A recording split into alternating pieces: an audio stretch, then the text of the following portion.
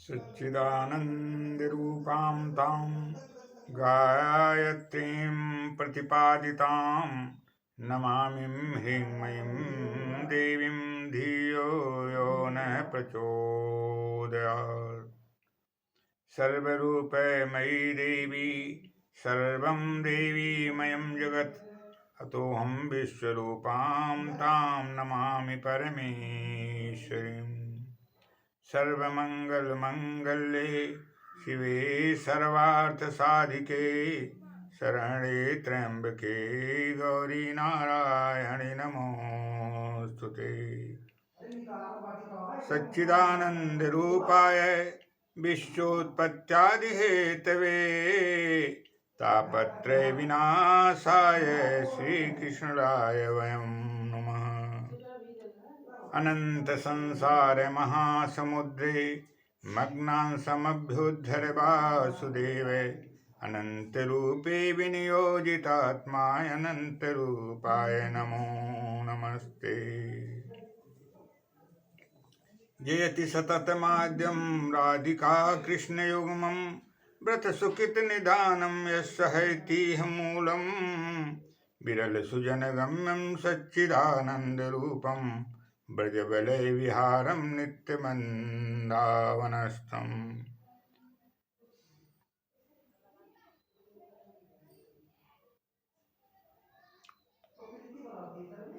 आज समस्त मानव जगत एवं समस्त सृष्टि के कल्याण हेतु रामचरितमानस पे उसमें लिखित श्री गोस्वामी तुलसीदास जी द्वारा कुछ पंक्तियों पर विवाद संदर्भ में उसके समाधान स्वरूप कुछ जो माँ की कृपा से प्रभु की कृपा से प्राप्त है उसे आप लोगों के समक्ष निवेदन कर रहा हूँ। उसे आप लोग स्वीकार करते हुए उस पे अध्ययन करते हुए मनन करते हुए चिंतन करते हुए आत्म कल्याण के साथ विश्व के कल्याण में अपनी सहभागिता देते हुए समस्त विश्व का मंगल प्रदान करने की असीम अनुकंपा प्रदान करें।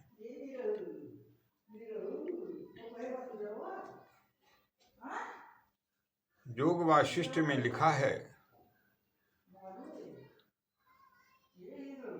योग वाशिष्ठ का कथन है, योग वाशिष्ठ के अनुसार समस्त दुखों का एकमात्र कारण अज्ञान है। अर्थात मनुष्य के जीवन में जब भी दुखों की प्राप्ति होती है उसके पीछे अज्ञान ही कारण बनता है।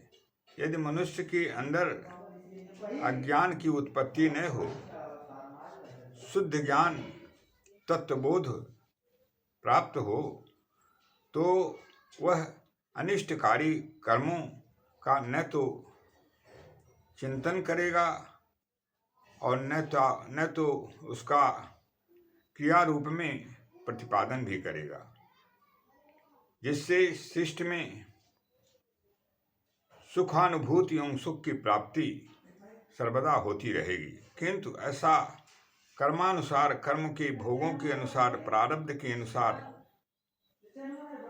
न होने के कारण वह और कुछ प्रज्ञापराध जन्य पाप के कारण वह तमाम दुखों को भोगने के लिए बाध्य हो जाता है।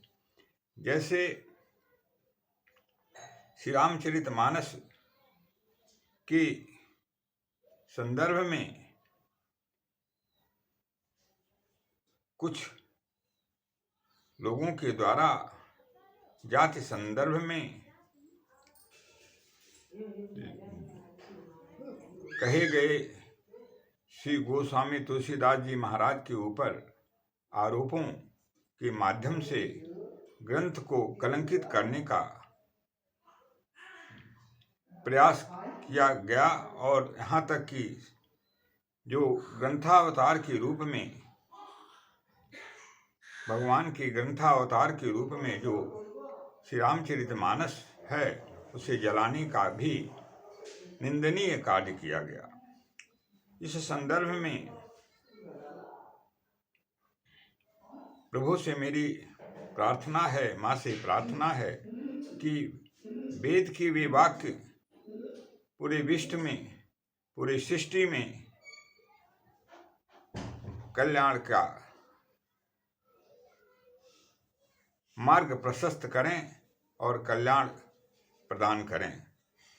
आनो भद्रा क्रतोयन्तु विश्वतः, आनो भद्रा क्रतोयन्तु विश्वतः। अर्थात विश्व भर में से श्रेष्ठ विचार हमारे भीतर आए। ऐसे जो लोग हैं, उन लोगों के संदर्भ में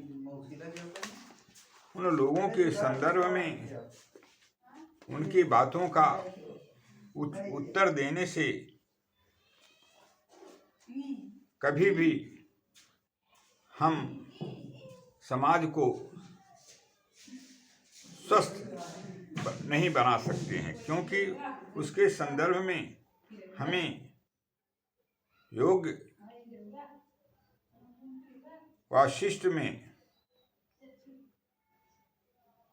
जो लिखा गया यह वाक्य कि समस्त दुखों का एकमात्र कारण अज्ञान है, उसे दृष्टिगत करते हुए ऐसे लोगों को, ऐसे अज्ञानियों को उनके बातों का ध्यान न देना ही सर्वोत्तम उसकी चिकित्सा एवं उसका परिमार्जन है। आगे इसी क्रम में संत ज्ञानेश्वर जी, जो एक महान संत थे, उनके वाक्य सन निर्घृणी में देखने एवं पठन एवं चिंतन, मनन एवं आचरण के लिए पूर्ण रूप से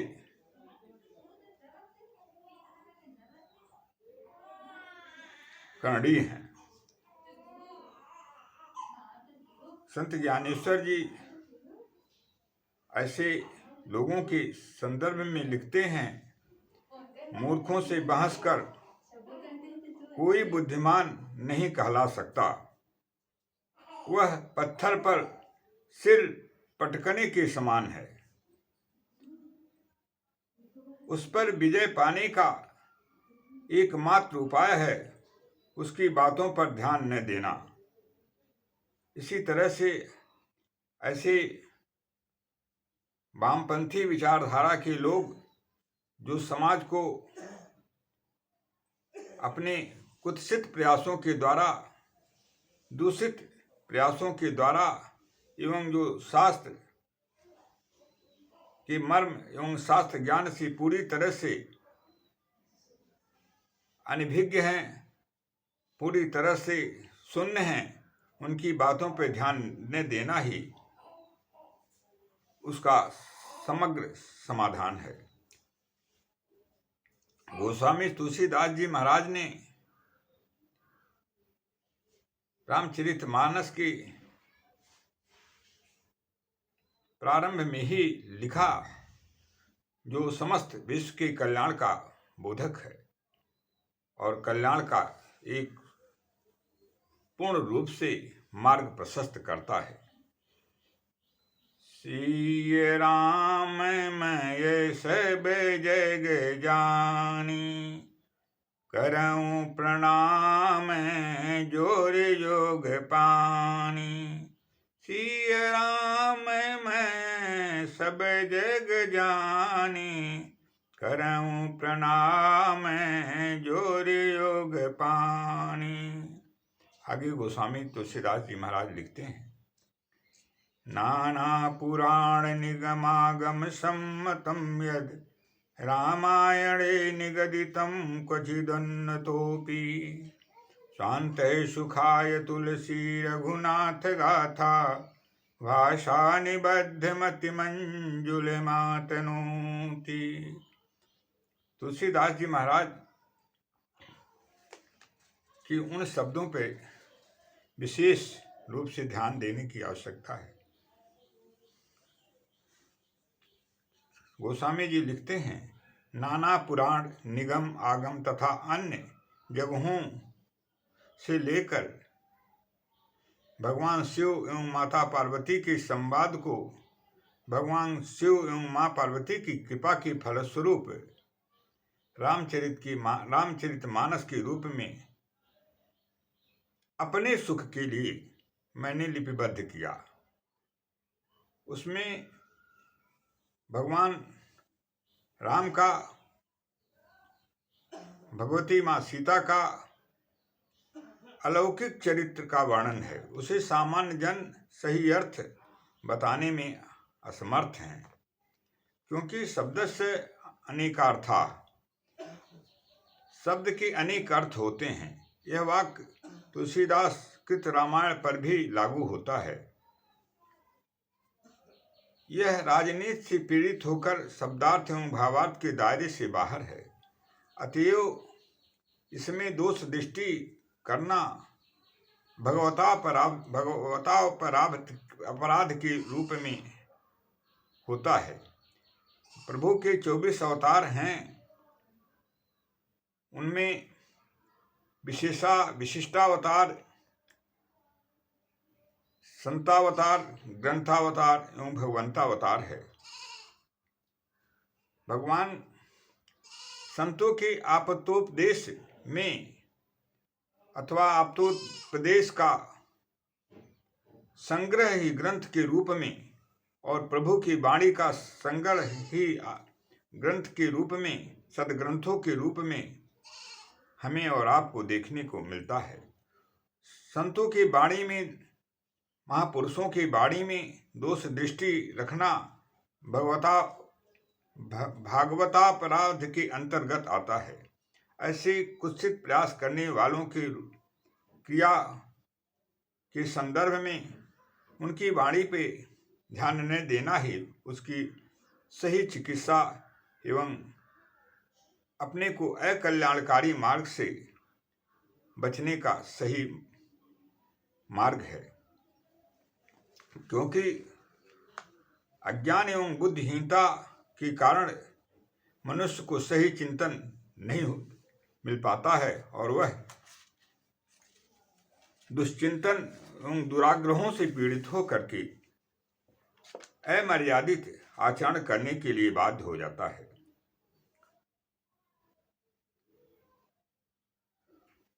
लिखा गया,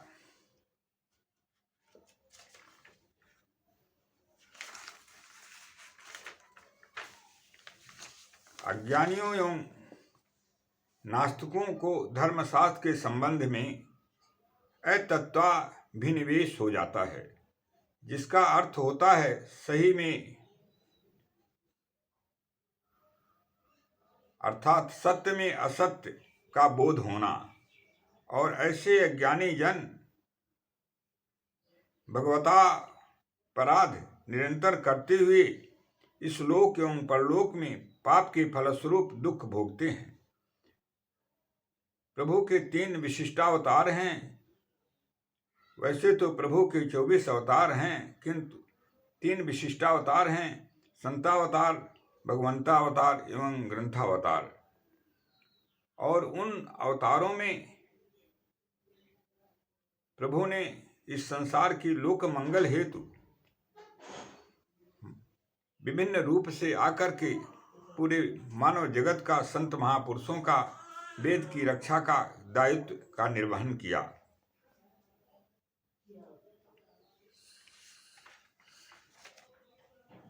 क्योंकि यदि ऐसा प्रभु ने करते तो पूरी सृष्टि में अराजकता का वातावरण हो जाता और पूरी सृष्टि में त्राह त्राह मच जाती और पूरी सृष्टि की रक्षा करना असंभव हो जाता।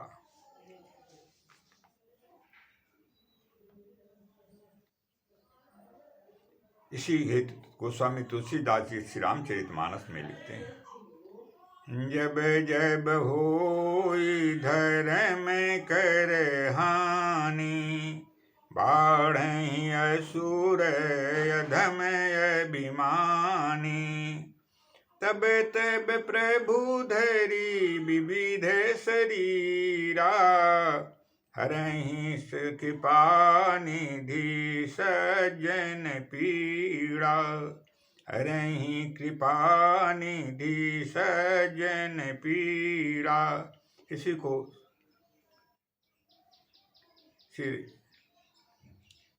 श्रीमद् भगवद गीता में प्रभु के वाक्य हैं, यदा यदा हि धर्मस्य ग्लानिर्भवति भारत, अभ्युत्थानम् अधर्मस्य तदात्मानं सृजाम्यहम्, परित्राणाय साधूनां विनाशाय च दुष्कृतां, धर्म संस्थापनार्थाय संभवामि युगे युगे। जब जब धर्म की हानि होती है, अधर्म बढ़ता है, संतों महापुरुषों एवं साधु संतों को इस संसार में निंदनीय कर्मों के द्वारा, कुत्सित प्रयासों के द्वारा, असंतों द्वारा कष्ट भोगना पड़ता है। ऐसी स्थिति में प्रभु अपना अवतार ग्रहण करके नाना रूप में आकर इस सृष्टि की मर्यादा की रक्षा करते हुए, धर्म की रक्षा करते हुए, महापुरुषों की रक्षा करते हुए, संत महापुरुषों की रक्षा करते हुए अपने कर्तव्य का निर्वाह करके पुनः अपने परम धाम को प्रभु गमन कर जाते हैं। बुद्धिहीनों को धर्मशास्त्र का ज्ञान और दुख क्यों भोगना पड़ता है, धर्मशास्त्र के ज्ञान क्यों नहीं होते हैं दुष्टों को, इसके बारे में लिखा गया। जिन्हें कहें प्रभु जी ने दुख दीना, तिन्हें कर मति पहले हरि लीना। जिनको भगवान दुख देना चाहते हैं, जिसको प्रभु उसके कुकर्मों के द्वारा, किए गए कुत्सित प्रयासों के द्वारा एवं उसके अशुभ आचरणों के द्वारा उसके कर्मों का फल दुख रूप में देना चाहते हैं भगवान, उसकी बुद्धि का पहले विनाश कर देते हैं प्रभु, एवं उसके कर्मों के ही अनुसार उसका विनाश हो जाता है। बुद्धि का सर्वप्रथम विनाश होता है, और जब विनाश होता है उसकी बुद्धि का, तो उसका परिणाम क्या होता है? विनाश काले विपरीत बुद्धि। विनाश के समय उसकी बुद्धि विपरीत हो जाती है, उल्टा हो जाती है, अतत्वाभिनिवेश हो जाता है, सत्य में असत्य, अच्छे में बुरे का भास होने लगता है, और अशुभ आचरण करते हुए वह आत्म कल्याण से अलग होकर के अपना विनाश स्वयं मोल ले लेता है। और ऐसे लोगों को ज्ञान से की बातें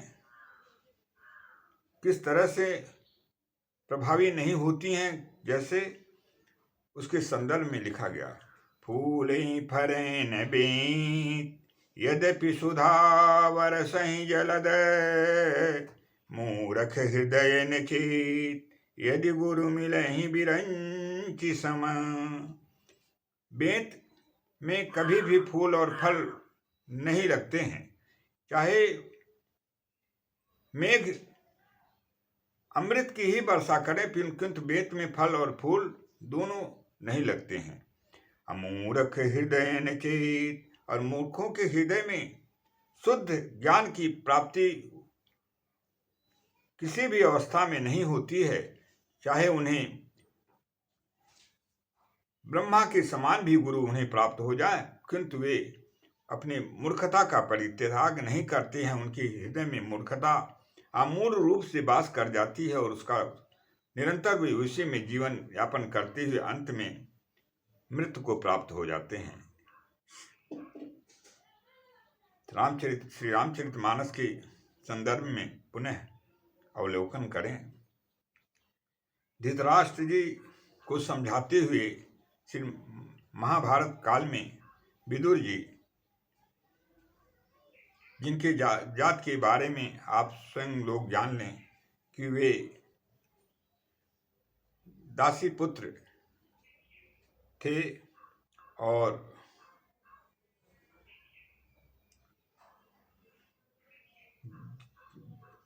जिनके बारे में पूर्व इतिहास धर्मराज के रूप में थे वे, और कुछ कर्मों में दोष के कारण इस पृथ्वी पे मानव रूप में विदुर जी के रूप में चतुर्वर्ण में दासी पुत्र के रूप में वे इस पृथ्वी लोक में आए। वहां उनकी पूर्व ज्ञान और पूर्व जो भी महानताएं थी इस लोक में आने के बाद भी पूर्ण रूप से प्रतिष्ठित थीं और यहाँ भी वो प्रतिभाषित होती रहती हैं, जिससे उन्होंने विदुर नीति नामक एक ग्रंथ की महान रचना की, जो आज पूरे विश्व के लिए एक कल्याणकारी धर्म नीति के अनुसार प्रतिष्ठित है। विदुर जी जो एक संत थे, महान तेजस्वी और परम तेजस्वी संत हैं, और उस समय महाभारत काल में थे। धृतराष्ट्र को धर्म के बारे में समझाते हुए कहते हैं कि हे राजन, 10 लोग धर्म को नहीं जानते हैं, जो निम्न है। 10 धर्मेन जानन्ति धृतराष्ट्र निबोधतान्, मत्तः प्रमत्तः उन्मत्तः शान्तः क्रुद्धो विभुक्षितः। 10 धर्मेन जानन्ति धृतराष्ट्र निबोधतान्, मत्तः प्रमत्तः उन्मत्तः शान्तः क्रुद्धो विभुक्षितः। हे राजन, 10 लोग धर्म को नहीं जानते हैं। वे कौन कौन से हैं? मत्तः, जो मत वाला हो, प्रमत्तः, जो अति विवेक खो करके पूरी तरह से उन्मत्त हो गया हो, और जो पूरी तरह से मत वाला हो गया हो, जिसको ज्ञान का कोई बोध न होता हो, जो स्वयं के बारे में न जानता हो।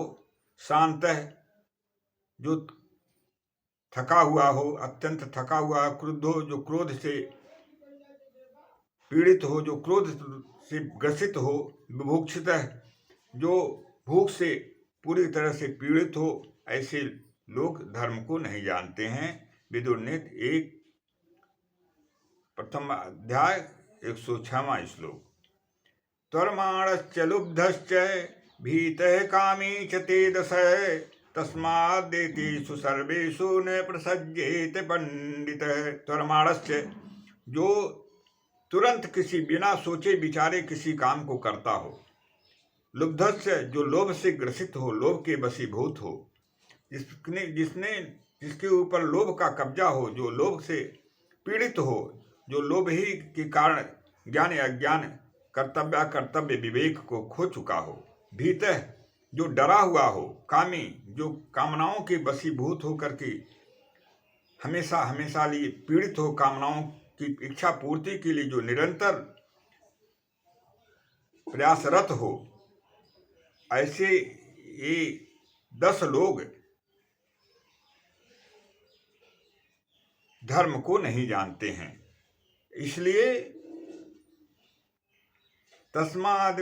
तस्मादेतेषु सर्वेषु न प्रसज्येत पंडितः। इसलिए ऐसे 10 लोगों के संदर्भ में या उनके द्वारा जो भी कृत किया जाता है, उसमें विद्वान लोग मोहित नहीं होते हैं, उसका कोई महत्व नहीं देते हैं और उसका कोई महत्व भी नहीं है। विदुर नीति 1 अध्याय 1 से 7वां श्लोक। इस तरह से ऐसे जो 10 लोग धर्म को, जिन्हें बोध नहीं होता है, जो धर्म के बारे में पूरी तरह से अनभिज्ञ हैं, पूरी तरह से धर्म से अलग हैं और धर्म की महिमा से बिल्कुल अलग हैं और धर्म के जानने की से पूरी तरह से जो अलग हैं, ऐसे 10 लोगों के बारे में और उनके द्वारा किए गए प्रयास में अथवा उनके द्वारा कहे गए वाणी में विद्वान लोग, महान पुरुष लोग महत्व नहीं देते हैं और उसका कोई भी समाज के प्रति अच्छा परिणाम नहीं मिलता है। आगे लिखते हैं विदुर जी धृतराष्ट्र जी को समझाते हुए, नैवे श्रुतिम अविज्ञाय वृद्धा नैनोपसेव्यवा धर्मार्थो वेदितुं शक्यो बृहस्पति समयरपि। 7वां अध्याय 39वां श्लोक, शाश्वत नीति विदुर नीति। नैवे श्रुतिम अविज्ञाय वृद्धा नैनोपसेव्यवा धर्मार्थो वेदितुं शक्यो बृहस्पति समयरपि। नैवे श्रुतिम अविज्ञाय, श्रुति अर्थात वेदों को बिना जाने हुए जिन लोगों को वेद का ज्ञान नहीं है, वृद्धा नैनोपसेव्यवा, और जिन्होंने वृद्ध जनों की सेवा नहीं की, धर्मार्थो वेदितुं शक्यो, धर्म के अर्थ, धर्मार्थ को, धर्म के अर्थ अर्थात जो धर्म ग्रंथों के अर्थ, धर्म से का अर्थ और धर्म ग्रंथों के संदर्भ में और धर्म के वास्तविक विवेचना को और धर्म ग्रंथों के वास्तविक अर्थ को धर्मार्थो वेदितुं शक्यो बृहस्पति समयरपि, और उसके धर्म और धर्म के अर्थ को जानने के लिए यदि वे बृहस्पति के समान भी हों तब भी वे अशक्य हैं, अर्थात उन्हें वह जानने में वे असमर्थ हैं। ऐसा विदुर नीति में विदुर जी ने कहा। मैं आप लोगों से बताना चाहता हूँ, बोध कराना चाहता हूँ कि श्री विदुर जी के भी ये वाक्य, जो कि दासी पुत्र के रूप में इस पृथ्वी धराधाम में प्रतिष्ठित हुए, उन्होंने ही इस नीति का संपादन किया और लेख रूप में प्रस्तुत करके समाज को प्रदान किया। अब लिखा गया कि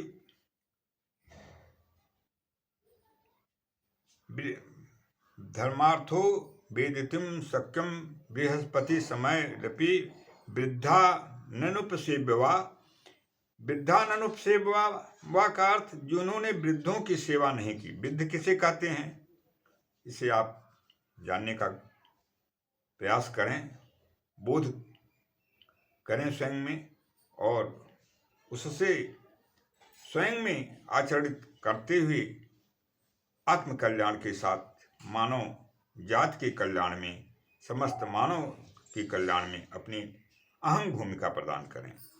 नैषा सभाय यत्र सन्ति वृद्धा, नैषा सभाय यत्र सन्ति वृद्धा, वृद्धा न तेजेन वदन्ति धर्मम्, वृद्धा न तेजेन वदन्ति धर्मम्, नासो धर्मो यत्र न सत्यमस्ति, न तत्सत्यं यच्छलिनाभ्युपेतम्, न तत्सत्यं यच्छलिनाभ्युपेतम्।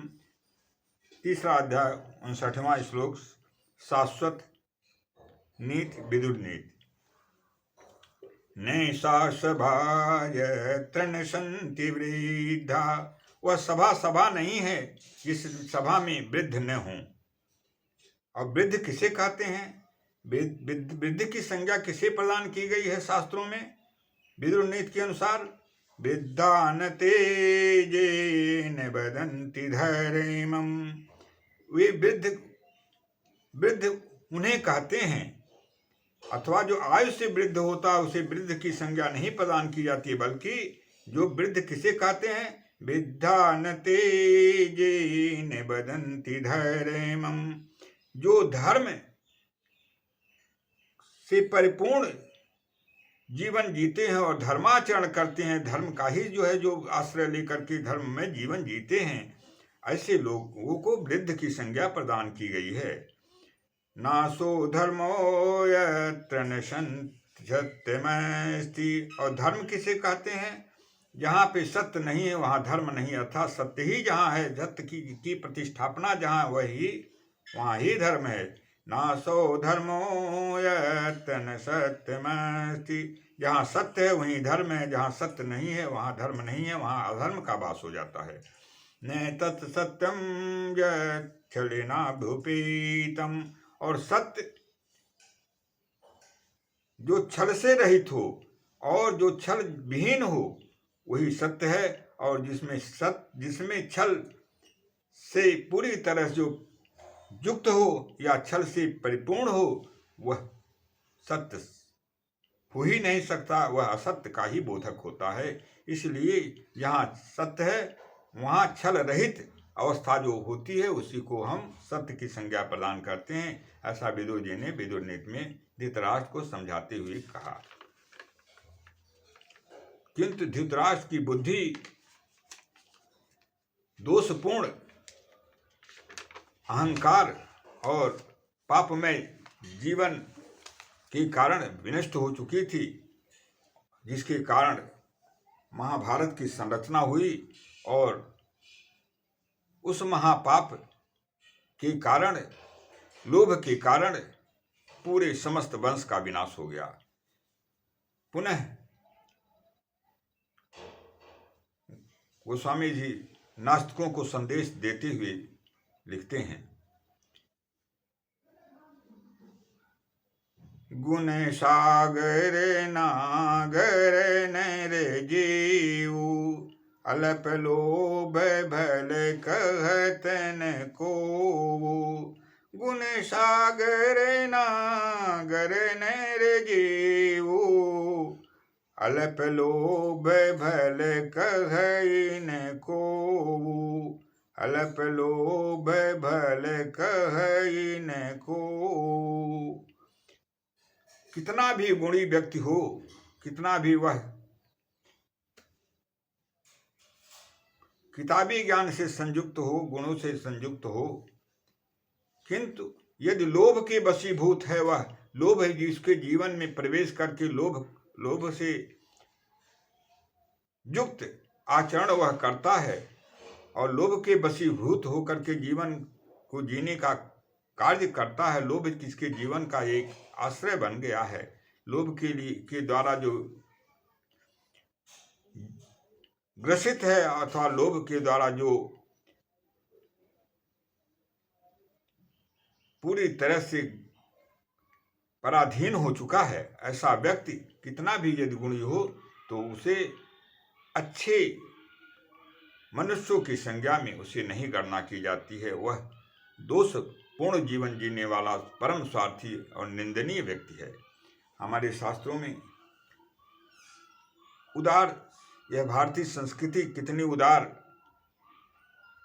संस्कृति है और कितनी संसार को मार्गदर्शन देने वाली और महान संस्कार देने वाली संस्कृति है, इसका पक्ष आप लोगों के समस्त प्रस्तुत है। हम शत्रुओं में भी उदात्त विचार हमारी भारतीय संस्कृति का जो एक महान अंग है,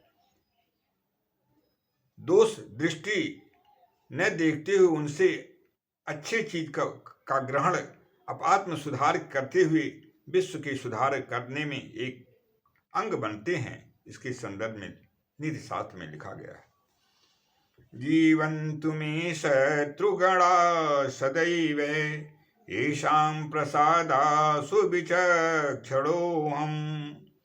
यदा यदा मां विकृतिं लभन्ते तेदा तदा मां प्रतिबोधयन्ति। यदा यदा मां विकृतिं लभन्ति तदा तदा मां प्रतिबोधयन्ति। जीवन तुम्हें शत्रुगणा सदैव, लिखा गया नीति शास्त्र में, जीवन तुम्हें शत्रुगणा सदैव, मेरे शत्रु हमेशा जीवित रहें, हमेशा हमारे शत्रु जीवित रहें, क्योंकि येषां प्रसादा सुविचक्षणोऽहम्, क्योंकि उनकी कृपा से हम पूरी तरह से अच्छे चक्षु वाले, दिव्य चक्षु से संपन्नता हमें प्राप्त होती है। धर्म शास्त्र उपनिषद पुराणों का जो पूर्ण रूप से जो दिव्य ज्ञान के द्वारा ही हमें बोध हो सकता है, उनकी प्राप्ति शत्रुओं के माध्यम से होती रहती है। कैसे?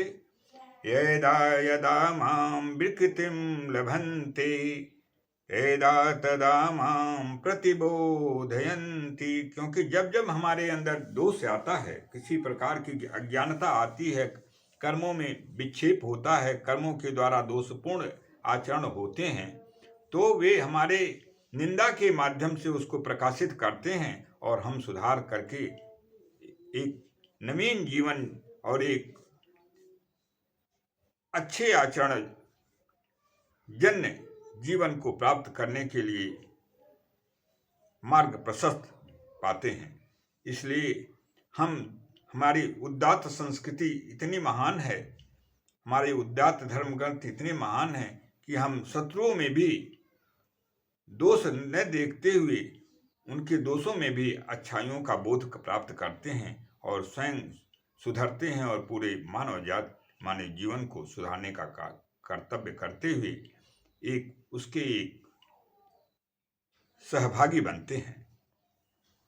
भारतीय जीवन दर्शन के मूल हैं भारतीय सदग्रंथ, जिनमें 4 वेद, 6 शास्त्र, 18 पुराण, श्रीमद् भगवद गीता, रामायण एवं अन्य उपनिषद एवं नीति शास्त्र आदि हैं। वह हमें एवं समग्र विश्व को वसुधैव कुटुंबकम तथा सर्वे भवन्तु सुखिनः सर्वे सन्तु निरामया सर्वे भद्राणि पश्यन्तु मां कश्चित् दुख भाग भवेत् का उद्घोष करते हुए उस ऐसा जीवन जीने की शिक्षा देते हैं। इनमें कहीं भी जाति धर्म संप्रदाय के आधार पर कल्याण की बात नहीं कही गई है। श्री रामचरितमानस की कुछ पंक्तियों के बारे में नास्तिक लोगों द्वारा, जो वामपंथी विचारधारा की पोषक हैं, धर्म को नहीं मानते एवं जिनका जीवन ही छल कपट प्रपंच स्वार्थपरता एवं नीच वृत्तियों का सहारा लेकर जीवन जीने का है, उठाया गया विवाद स्वार्थपरता परक एवं घृणित राजनीति परक है। ऐसे लोगों के बयान के प्रति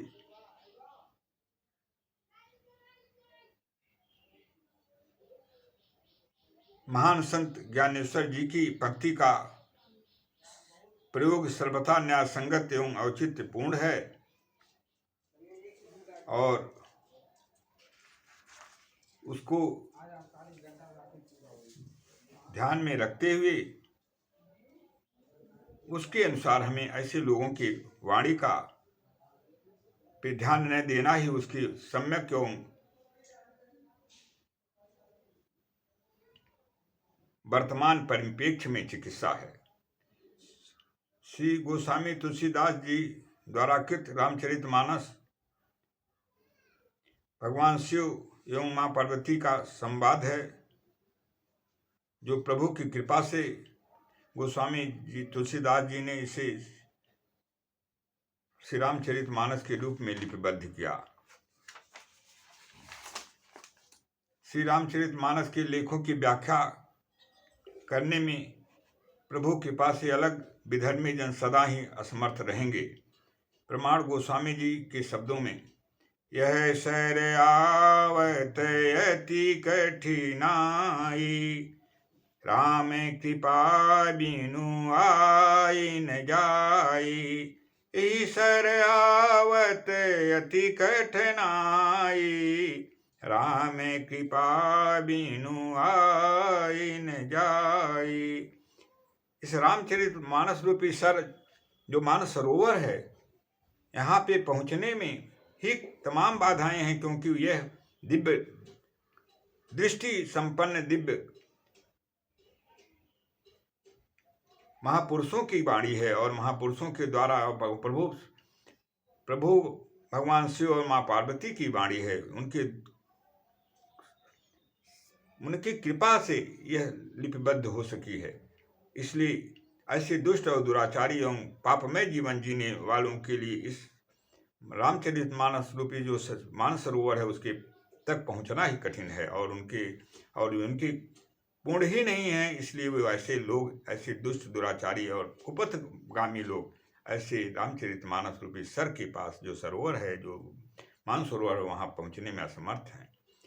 मेरा सभी जनमानस से अनुरोध है, कृपया अज्ञानी, पापी, लोभी, दंभी एवं परम स्वार्थी जो भी इस पर जात पात संबंधित विवाद पैदा कर रहे हैं, उनके असद एवं अज्ञानपूर्ण तर्कवाद का परित्याग करते हुए ऐसी पापपूर्ण जीवन जीने वालों लोगों का उसी प्रकार परित्याग करें जैसे मणि से विभूषित सर्प का उसके भयंकरता को देखते हुए परित्याग कर देना चाहिए। नीति वचन उक्त विषय में लिखा गया है। दुर्जन परिहर्तव्य सर्वालंकृतोऽपि सन्, मणिना भूषितः सर्वो किम सौने भयंकर। दुर्जन परिहर्तव्य सर्वालंकृतोऽपि सन्, मणिना भूषितः सर्वो किम सौने भयंकर। दुर्जन चाहे कितना भी गुणों से संपन्न हो, उसका परित्याग उसी तरह से कर देना चाहिए जिस तरह से मणिधारी सर्प मणि को से संयुक्त मणि जिसके जिस सर्प के मस्तक में हो, उस सर्प का भी परित्याग जिस तरह से मणि से विभूषित होने के बाद भी कर देना उचित होता है, उसी तरह से दुर्जन चाहे कितनी भी गुणों से संपन्न हो, उसका परित्याग करना ही संसार के हित में और अपने हित में कल्याणकारी होता है। इसी को पुनः लिखते हैं नीति शास्त्र में नीतिकार महापुरुषगण। दुर्जनस्य हि संगेन सुजनोऽपि विनश्यति, प्रच्छन्नमपि पानीयं कर्दमयि कलुषीकृतम्। नीति शास्त्र का कथन है कि दुष्टों के संग से सज्जन भी नष्ट हो जाते हैं। शुद्ध पीने योग्य जल में कीचड़ डाल देने पर वह पीने योग्य जल अपवित्र होकर अपेय अर्थात पीने योग्य नहीं रह जाता है। इसलिए ऐसी अवस्था में क्या करें? तज दुर्जन संसर्ग भज साधु समागम, परिपूर्णम महोरात्रम नित्यम चिंतमनित्यताम। तज दुर्जन संसर्ग भज साधु समागम, परिपूर्णम महोरात्रम नित्यम चिंतमनित्यताम।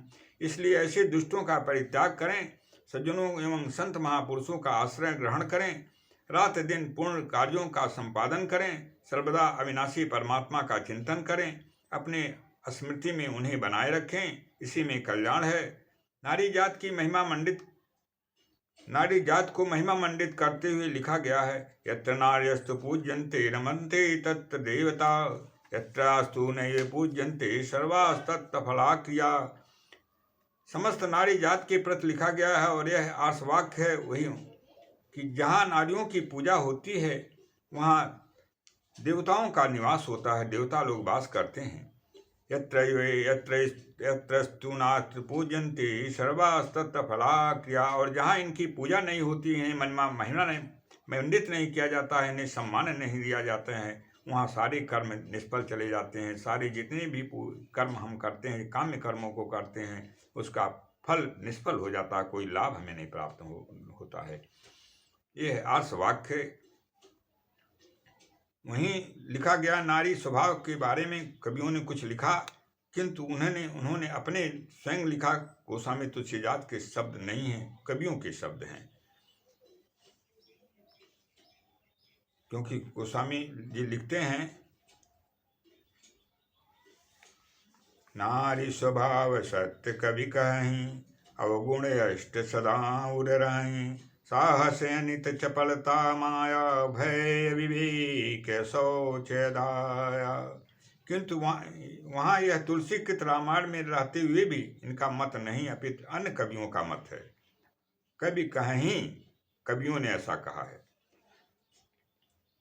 तुलसीदास जी के शब्द नहीं। इस तरह से तो रामचरितमानस को अपमानित करना अधर्म पूर्ण कार्यों के अंतर्गत आता है, और ऐसे लोगों को आत्म सुधार के साथ अपने में एक ऐसा प्रयास करना चाहिए कि अधर्माचरण से बचें और शुद्ध आचरण करने के लिए इस संसार में अपने जीवन का जो अमूल्य क्षण है उसे प्रस्तुत करें। लोक मर्यादा एवं धर्म मर्यादा के विरुद्ध आचरण करने वाला मनुष्य, चाहे वह नर हो अथवा नारी हो, वह त्याज्य है। इसी को उद्देश्य करते हुए ऐसे जो लोग हैं वे त्याज्य हैं।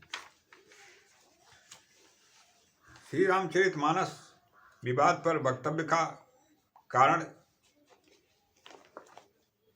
हमारे धर्म ग्रंथों के अनुसार प्रभु की 24 अवतारों की विशेष रूप से कथा मिलती है, जिनमें प्रभु के उन अवतारों के मूल रूप में संतावतार, ग्रंथावतार एवं भगवंतावतार मूल हैं। रामचरितमानस की कुछ पंक्तियों पर अज्ञानतावश एवं लोभी अज्ञानियों द्वारा दिए गए अज्ञानपूर्ण बयान पर जो आपत्तिजनक है और निंदनीय भी है, प्रभु कृपा से समाधान देना प्रासंगिक है। क्योंकि लिखा गया है कि श्री रामचरितमानस के अनुसार हरिहर निंदा सुनहि जे काना, तिनहि पाप गो घात समाना। हरिहर भगवान शिव की जो निंदा सुनता है, ऐसे लोगों को सुनने के बाद उसका जो सुनने वालों को भी गौ के हत्या के बराबर पाप लगता है। इसलिए उसका समाधान देना प्रासंगिक एवं अनिवार्य मानते हुए इसका समाधान देना अति औचित्यपूर्ण समझते हुए मैं आज इस विषय पे अपना प्रभु की कृपा से जो प्राप्त है वह वक्तव्य प्रस्तुत कर रहा हूँ। श्री रामचरितमानस प्रभु श्री राम का ग्रंथावतार है, अतः उस पर मौन होना भी अपराध है एवं स्वीकारोक्ति है। शास्त्र के अनुसार मौनम स्वीकार लक्षणम, अज्ञानियों को सद्बुद्धि का प्रयास शिला पर सिर पटकने के समान है। इन्हीं शब्दों के साथ माँ आदिशक्ति जगदम्बा की आराधना करते हुए आप लोगों का ध्यान प्रभु सद्विचार, सद्विवेक एवं सत्प्रेरणा प्राप्त करने में प्रदान करें, ऐसी प्रभु से प्रार्थना करते हुए अपनी वाणी का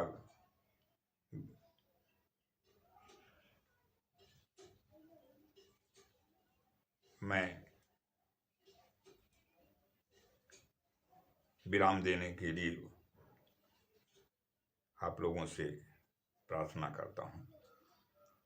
सर्वे भवन्तु सुखिनः, सर्वे सन्तु निरामया, सर्वे भद्राणि पश्यन्तु मा कश्चित् दुःखभाग् भवेत्।